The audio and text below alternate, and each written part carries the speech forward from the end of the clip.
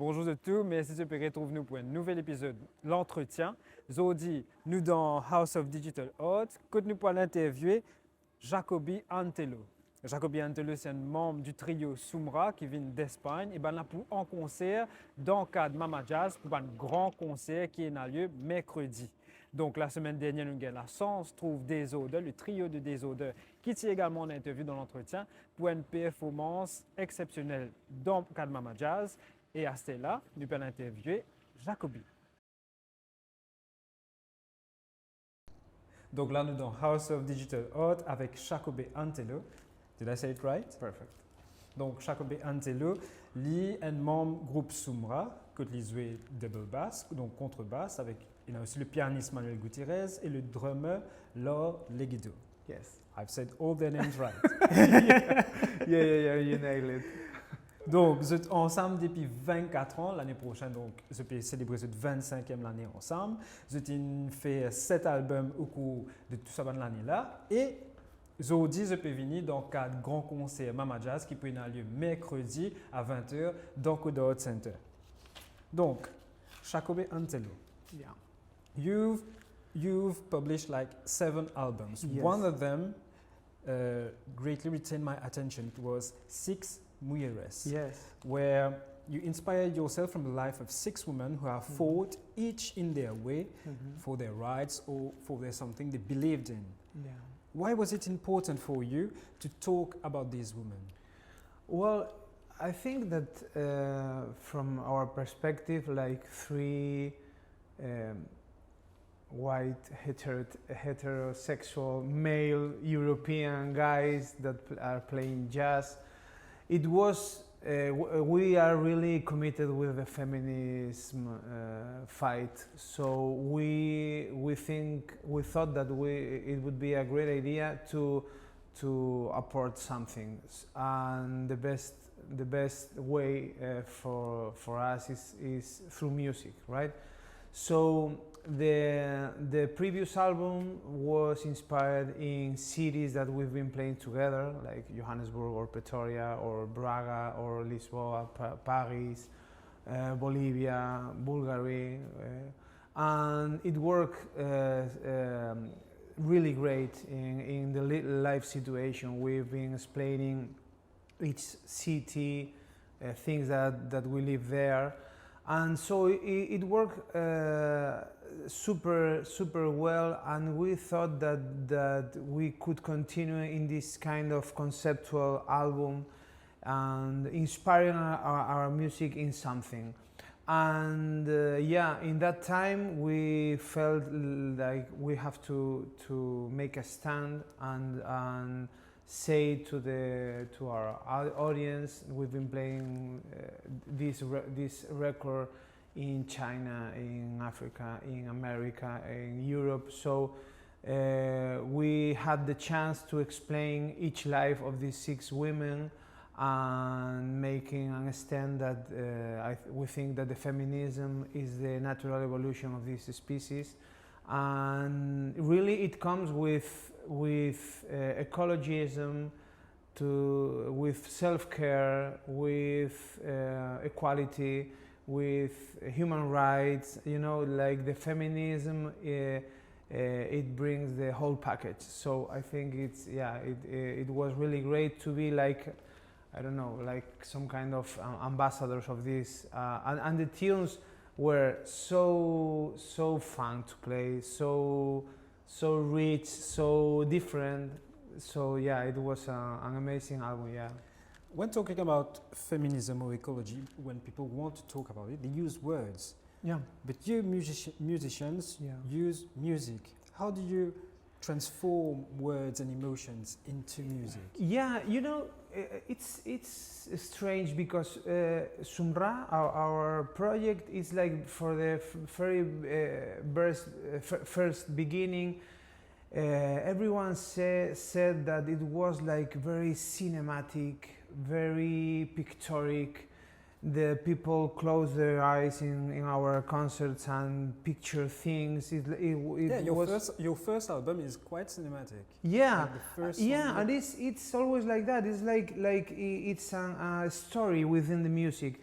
So we did the opposite thing. It was like the music was asking for images, for concepts. So yeah, we did the opposite way. So and in this work of composition, seis mujeres, 6 women, it was like we've been composing music and learning about these amazing women: Frida Kahlo, Rosa Parks, Kyujin, Malala Yousafzai, and it was like everything was taking part, you know, like the women was picking their music, and it was really interesting. And it works really great in a live situation, you know. We explain a little bit of the peculiarities of that woman or her goals, and then we play the music, and it was like everything is coming together. Yeah, it's great. And your last album, Seven Visions, Yeah. roots itself into the questioning of, if I may say, origin of existence. Yes. What troubled your thoughts so much to make an album out of those mystic questioning? Yeah, you know, making something artistic or creative music is hard. You know, it's hard. It's like we feel that we have to have a purpose. You know, it's not like we are playing and that's it. No, it really has to. We want to give a meaning to the music. So we felt, in order to, okay, guys, we have to do another album. It's time to do another album. So we was wondering what we should do. And we felt that we really want to take perspective, you know. It's like take a huge amount of distance from the everyday thing, you know, being a musician, being in Europe, being, I don't know, 21st century, everything that surrounds us. And we take a lot of distance, maybe too much. And from that point, we were learning about physics, about the universe, about the subatomic existence, about our own species, you know, a lot of things. And we came up with these 7 visions that was powerful, so inspiring to us. And it was like 3 guys that goes in a journey, but we are not engineering, we are not scientists, we are just musicians. So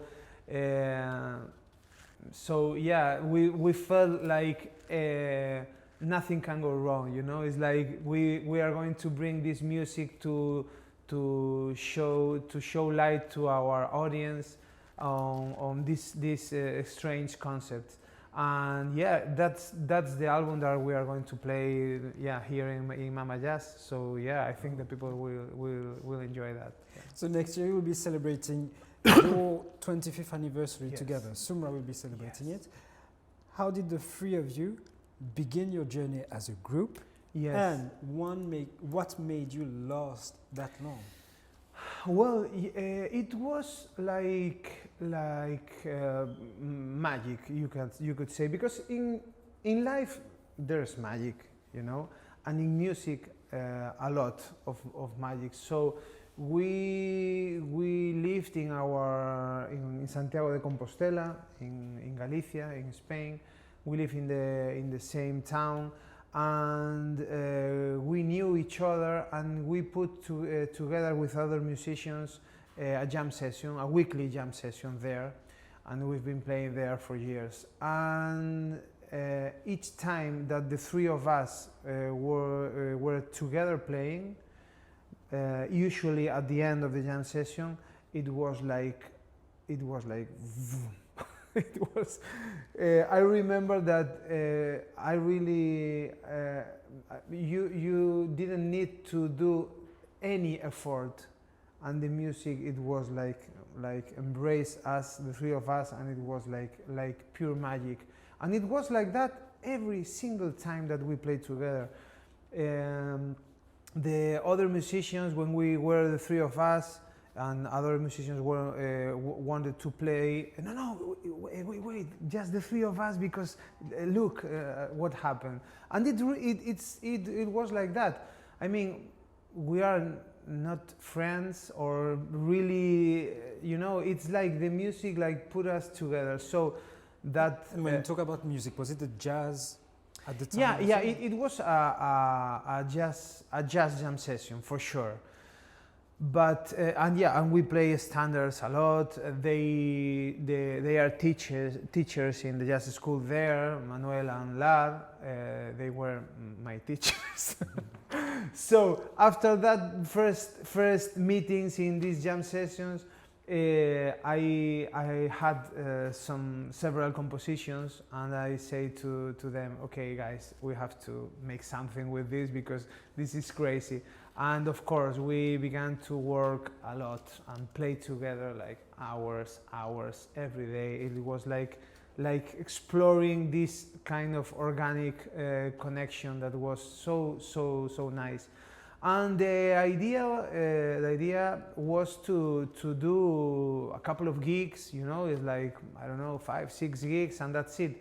But after this huge amount of music, that is our first album, when we felt that, okay, we played this music a lot, and there are several things that we want to play that is not in this music. Okay, let's compose new music, and this is our second album, and the third album, the fourth, the fifth, and so on. So we are celebrating 25 years together, and it's really crazy. We didn't have this in music mind. made you travel all around the world. You went Yes. to China, Korea, Bulgaria, France, but also a lot of countries in South America. Yes. Why this connection with South America? Well, from Spain and from Galicia, we have many cultural connections because of the language, because of the immigration in both ways. It's like a lot of people from Spain and from Galicia emigrate to South America, Argentina, Mexico, Brazil.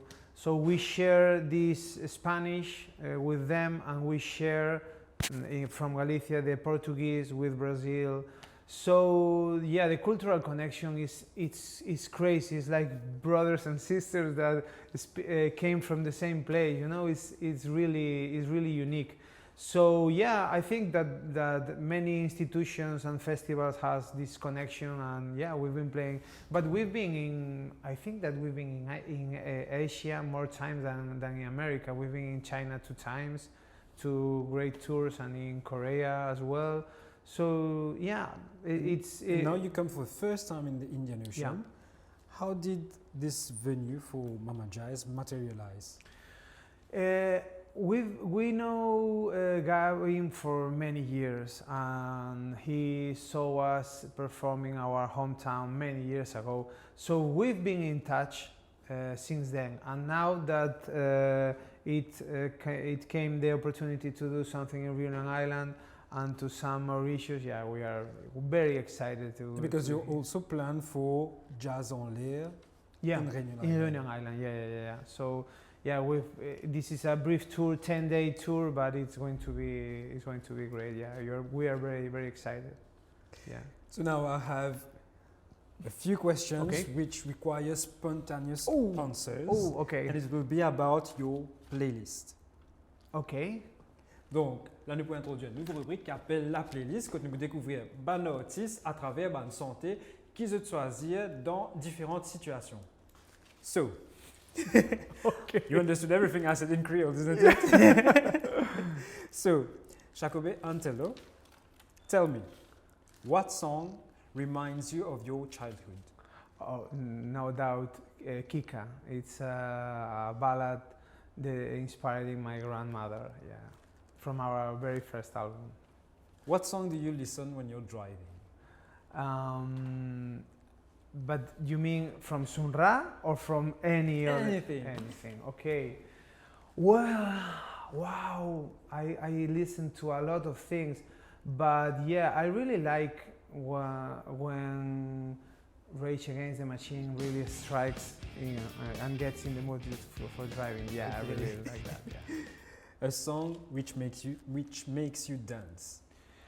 Which make you dance? Oh. Yeah, like all the time. You can't resist. You must dance. Okay, ABC from the Jackson 5.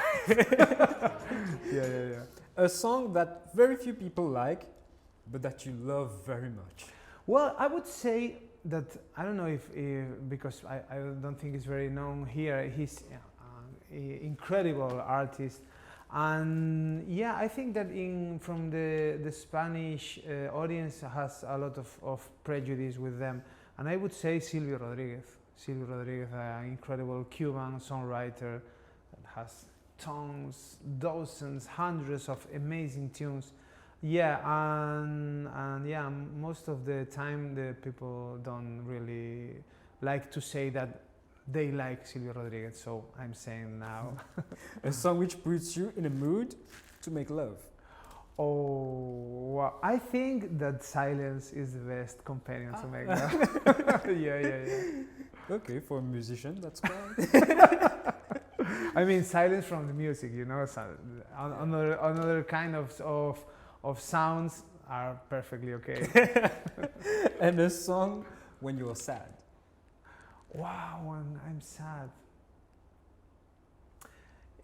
I mean, there are tons of them, but yeah, I think that a really good album, a great album that has 2 or 3 heartbroken ballads is Grace from Jeff Buckley. Yeah, this is an incredible album, and he was an incredible performer. Yeah.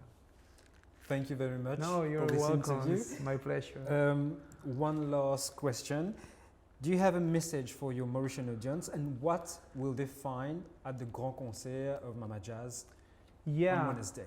Okay, from all the Mauritian audience, I couldn't ask enough to come see Sumrrá. Sumrrá is very singular, is unique.